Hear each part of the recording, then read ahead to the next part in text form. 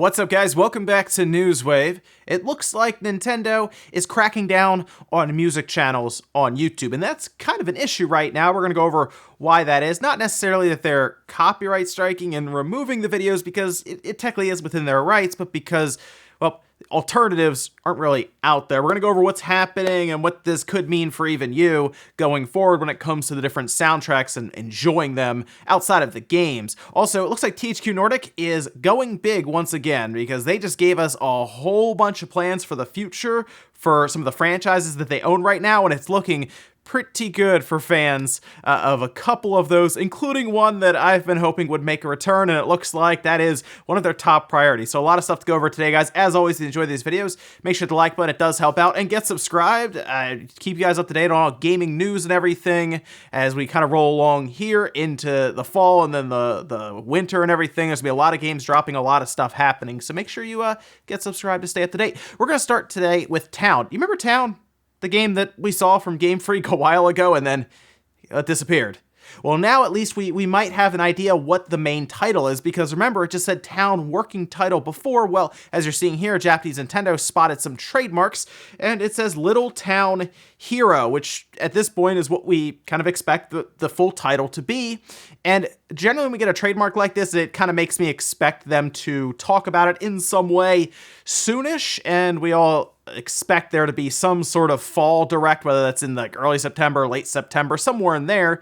Town could make a return considering Pokemon is just about done and ready to be out. I assume Town will be the next thing that they want to focus on, and well, now we have a title. Here's hoping the game is good, because the fact that it's disappeared so long has me concerned. We've seen some screens and stuff and a few interviews here and there in Famitsu, but nothing like major, and I'm hoping it comes out and it looks good, but we'll see. Hopefully soon, at least we have a title now. Also, do you remember Bobble?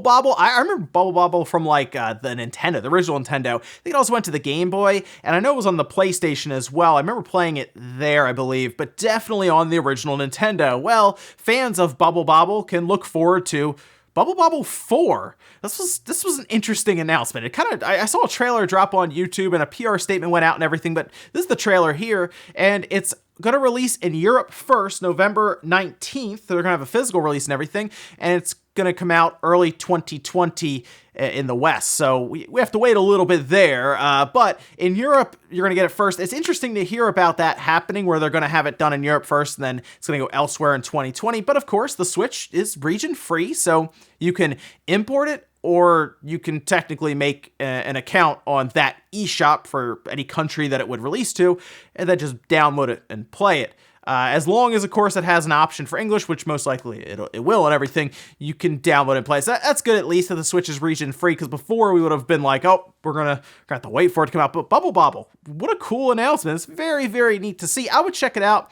It was always a game that that people would talk about occasionally, but it never had like the spotlight or anything. But still, to see it come back in 2019 and 2020 is pretty neat. Also, we got a price for Grandia HD Collection, and people weren't very excited about this. Now, look, Grandia 2 is already on Steam, and I think it's like $20. So I thought about that, and I said, all right, the price is probably going to be like $30 or $40, and it's $40. The Nintendo eShop page updated. It looks like it's right around 8 gigabytes as well, but the eShop page updated, and it's $39.99. That's, of course, the Grandia HD Collection, so that is 1 and 2, and didn't go over very well with a lot of people, and you look at that and you say, okay, that's 2 older games. Doesn't look like a ton of work's been put into them. I mean, it looks like some, but not like a crazy amount of work. I will say, though, Grandia is a fun game. Like, it is a longer, fun game. You get a lot of time out of it. It's an RPG and everything, but I do think they might be stretching that price a little bit. I think 30 would have been a better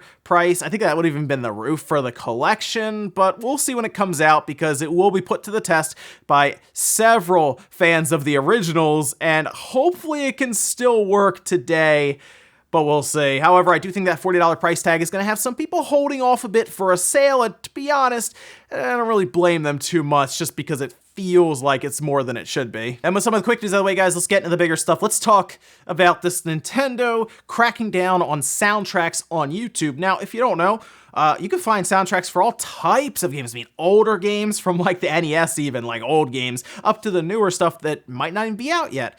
You can generally find tracks on YouTube and listen to them. A lot of times it'll just be a picture of the game's cover art and then the actual soundtrack.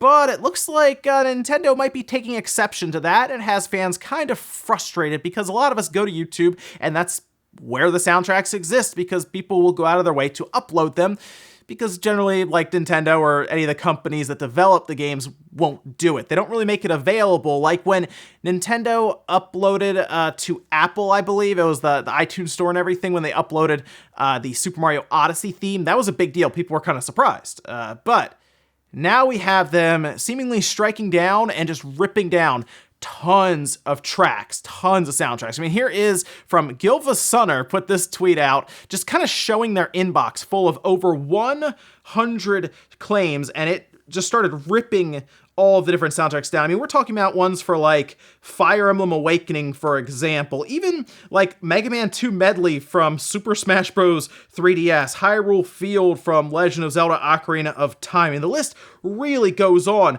Gilva Sunner also went on to say they started manually with the most viewed content on the channel and are now going through the playlist one by one, I guess. Nintendo has not at all at this time responded to this. Now, here's the thing.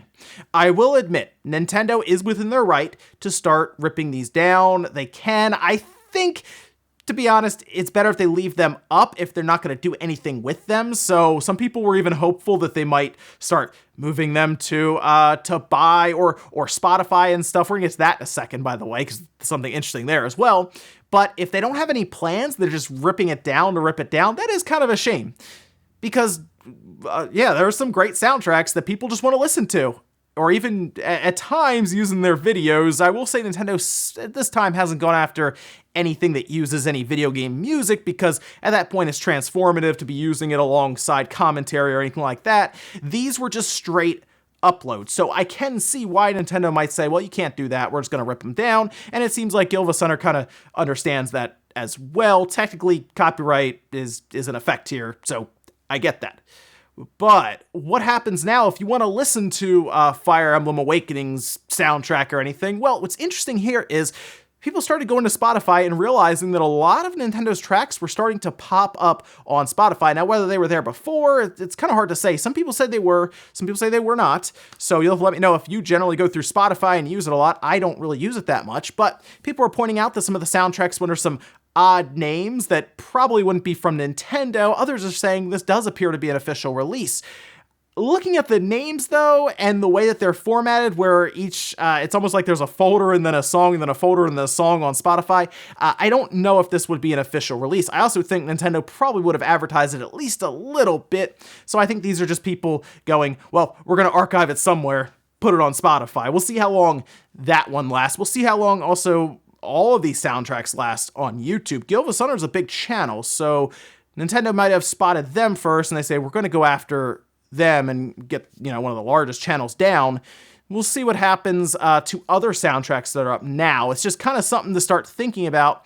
What do we do here with the music that we have no access to listen to, unless, I guess, you own the game, which might be the way Nintendo's thinking. I think if Nintendo really looked at this and said, how can we make this work from a business standpoint and, of course, for the fans? I mean, the obvious answer here is you have your own service, or you just have your own YouTube channel, Nintendo Music, and then you just upload all this stuff, Nintendo can monetize it, and at that point, we all have access to the music and they're making their money. So I think that might be the best way to go about it, but don't just rip the stuff down and then not give fans a way to listen to the stuff. But let me know what you guys think about this down below when it comes to the soundtracks. Were you relying on YouTube to be able to listen to some of this stuff? Maybe you were familiar with Gilva Sunner's channel. Let me know down below. Next up, let's talk about Need for Speed, because it has finally been revealed. We knew this was going to happen. They told us a while ago to investors that, hey guys, Need for Speed is coming this year, and a lot of us were like, wait, it's it's July. Like you might want to announce that soon. They finally announced it, and it is indeed Need for Speed Heat. Do you remember we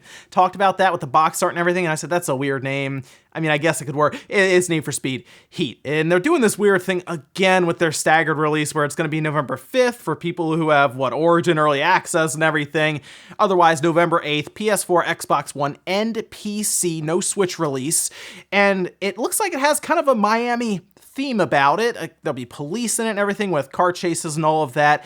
And it looks like it's going to be, I guess, getting away from the loot boxes because they did at least go on Reddit and say the speed cards will not be a part of that. And you'll be earning the different parts from in-game events and races and everything. So I am hopeful for it. I do like the setting. I like the way some of the stuff they've shown looks. I need to see at this point, I need to see some gameplay here, right? It appears as the developers of Need for Speed Payback and Need for Speed 2015. So the racing there was okay, but of course we know what happened with Payback, right? I mean, the loot boxes crates were all over the place and it was out of control. So I'm hoping that maybe EA is leaning away from that with everything but FIFA at this point, and we get like straight up Need for Speed, but I can't imagine EA is going to be completely out of the mix when it comes to microtransactions in this game. So I'd expect some, but I would definitely expect to see it on display at Gamescom, as that is the next big event, and most likely they're going to be traveling there with some gameplay, so keep your eyes open for it there. In our last bit of news, let's talk about THQ Nordic, because they talked all about their finances, how they've been doing, which they appear to be up 36%, another good growth quarter according to them, but they went into a ton of detail about stuff coming up in the future, and I have to say, it's looking pretty good, because they talked about Time Splitters, awesome. They talked about Saints Row, also good. And they talked about, guess what, acquiring more studios and IPs and everything. Go figure there. One notable acquisition, I think the one that most people probably noticed and said, well, that's a pretty big deal. Gunfire Games. Gunfire Games had been working with THQ Nordic to create things like Darksiders 2 Definitive Edition, for example, and Darksiders 3. I enjoyed Darksiders 3, and to bring them in as actually part of the company will probably make things a bit easier going forward. They also acquired companies around things like the royalties, apparently, for Biomutant, so they brought that in as well. But then we start getting into what they're working on right now, and outside of things like, we're Biomutant's rolling along, we're still doing things with Darksiders, they talked about a new Saints Row. And this is a big deal, because apparently it's like the next big mainline Saints Row since, Saints Row 4, I think they said back in, 2013? It's been a while since we've had Saints Row. So at that point, yeah, it's exciting to hear about possibly Saints Row 5. Apparently Volition's working on it like now, and they're deep in development. So we could see a reveal for that possibly next year even. Although I'm wondering if it's gonna be one of those games that comes out and it just ends up being backwards compatible on like the next platforms, and they're just not gonna wait for the next platforms to release it. Or hey, maybe it's just a straight up next gen game. That's also very possible. But let's talk about Time Splitters. So we all know what happened last year, right? Deep Silver, THQ Nordic, they announced that they had obtained the rights to Time Splitters. And that is exciting stuff, because a lot of us figured, wait, they're remaking a lot of games. So does that mean Time Splitters is coming back in some way? Maybe they'll just do a quick remaster, re-release. I don't think that's happening. Okay, maybe that will happen. But I think they're taking this seriously. Like, I almost think they're looking at Time Splitters as like a franchise they can bring back as like, kind of like how they have Darksiders and now Saints Row, like one of their big pillars. Check this out. They actually brought on, and I'm not even kidding, Steve Ellis, and he is one of the original creators of Time Splitters.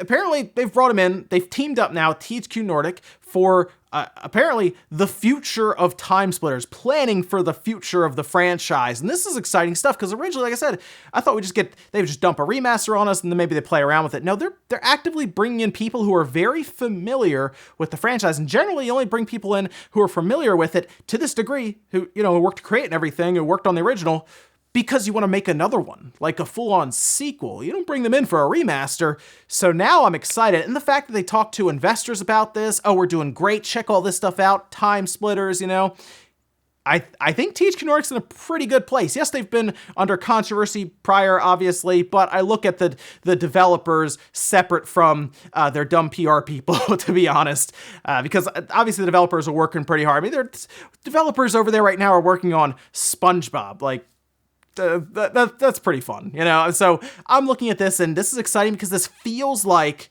a company from like the PS2, GameCube, and Xbox generation, right? They're doubled down on not even caring about loot box at this point. So good. But yeah, exciting stuff. We'll keep an eye on Time Splitters because that has E3 reveal. Well, okay, can we do it? PAX reveal, we'll say, written all over it. And that could get a crowd really hyped. And we'll finish with the comment of the day from yesterday. As you're seeing here, it's from Vice saying Sony didn't really need to try with the PS4. Microsoft shot themselves in the foot, and Nintendo really screwed up with the Wii U. Now the Switch doing well, and Microsoft might show something good. Sony might need to try this upcoming gen. Yeah, I think you're right. I think they will. The thing about the PS4 is it won almost by default in terms of units sold and revenue and everything. I mean, it's done really well. But a lot of it has to do with Microsoft just doing very poorly and Nintendo having the Wii U, and they struggled with that, with marketing and at times games in general, because the third parties left the system after a little while and Nintendo was trying to keep up with it. And then we've kind of realized that they might have moved a lot of attention over to the Switch later on in the Wii U's life, where a lot of studios working on that. So yes, at this point, Sony's about to go up against Microsoft, who's going to be out the gate rolling with Halo Infinite, and I'm sure other games, as well as most likely backwards compatibility all the way back to the original Xbox with Scarlet, and Nintendo, who's really rolling right now with the Switch. So high competition definitely for Sony, and yes, you're right, they're going to have to push, which means we're going to get a bunch of good games. I'm happy with that.